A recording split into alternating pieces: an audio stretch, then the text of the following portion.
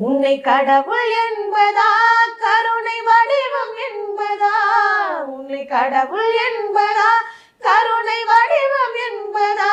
ஐயா ஞானதானம் தந்த உன்னை தந்தை என்பதா